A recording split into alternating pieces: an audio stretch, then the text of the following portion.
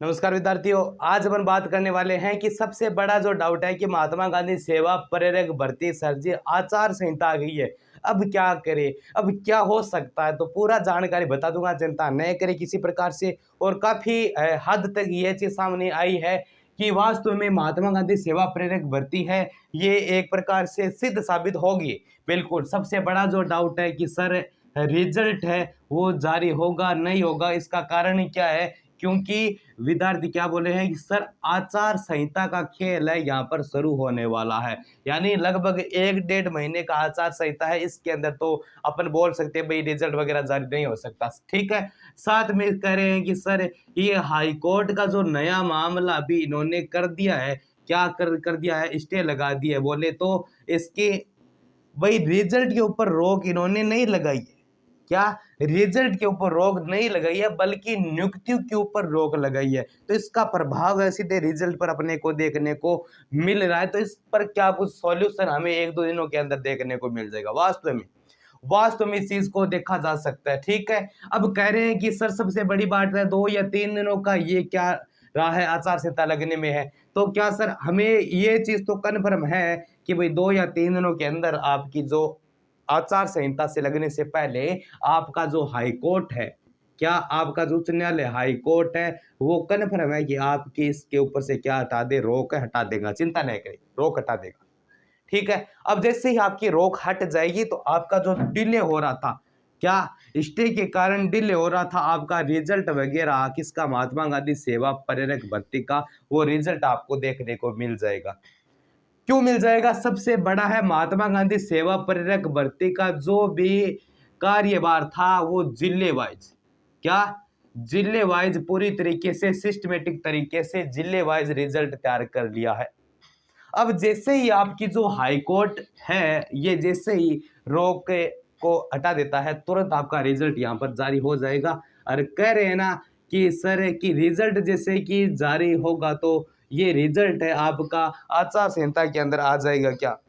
तो मेरे विद्यार्थियों, प्रिय विद्यार्थियों, बता देता हूं कि आचार संहिता के अंदर होता है क्या है, कोई नई वैकेंसी नहीं आती है।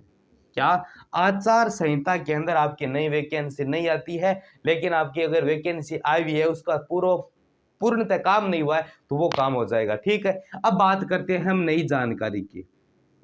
नई जानकारी के अनुसार मेरे प्रिय विद्यार्थियों, इस भर्ती के अंदर क्या हो रहा है, संशोधन हो रहा है। संशोधन के अंदर क्या हो रहा है कि जो आपके महात्मा गांधी, क्या आपके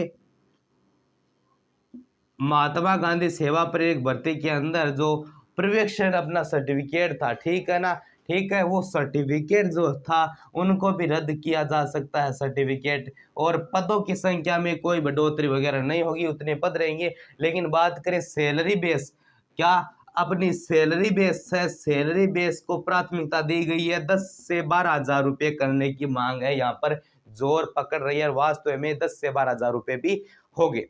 देखो महात्मा गांधी सेवा प्रेरक भर्ती का जो ये पदों का बंटवारा 50,000 पदों के ऊपर है, ये सरकार यही चाहती है कि जल्दी से जल्दी ये जो आपकी वैकेंसी है ये पूर्णतः पूरी हो जाए। इसका कारण क्या है कि वर्तमान सरकार का परिप्रेक्ष्य अपन देखें तो ये चुनावी मामला है, और चुनावी मामले के अंदर सभी सरकार यही चाहती है कि जो भी नई नई वैकेंसी नई भर्ती आई है उनको पूर्णतः कार्य करना अति आवश्यक है, तभी आगे जाकर वोट बैंक की राजनीति में हस्तक्षेप किया जा सकता है। तो ये काफी हद तक अच्छा मामला है महात्मा गांधी सेवा प्रेरक भर्ती को लेकर। ठीक है, अब जैसे देखो हाईकोर्ट का मैंने बता दिया रोक हट जाएगी। अब कह रहे हैं कि सर मानो कि भाई 2 या 3 दिनों के अंदर मानो कि हाईकोर्ट ने रोक अगर हटा दी है तो रिजल्ट हमें कब तक देखने को मिल जाएगा।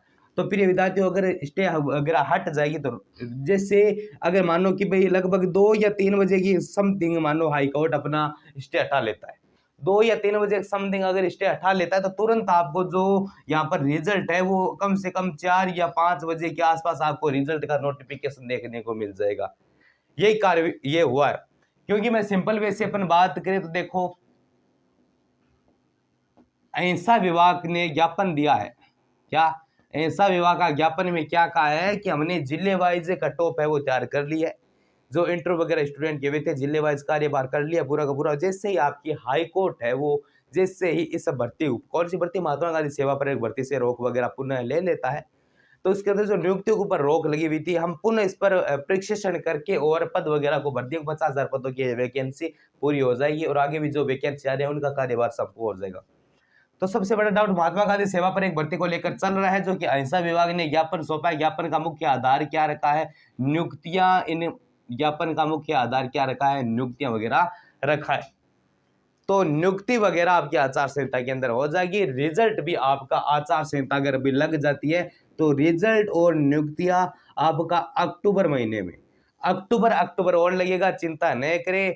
हाँ बिल्कुल 1-2 दिनों के अंदर स्टे हट जाएगी, चिंता न करें। उनके बाद आपका रिजल्ट और आपकी जो नियुक्ति वगैरह है जो क्षेत्र विशेष पंचायत स्तर पर की गई है वो आपको कहीं ना कहीं अपनी आचार संहिता के बेस आचार संहिता के अंदर आपको देखने को मिल जाएगी। इसके अंदर कोई दिक्कत वाली बात है नहीं रहने वाली है। ठीक है, अहिंसा विभाग के सत्यापन के बाद ये चीज पता लगा है कि वास्तव में कोई नई भर्ती या फिर नई जानकारी या फिर ये चीज है ना, ये अपनी आचार संहिता के अंदर इसको डिले नहीं कर जा सकते।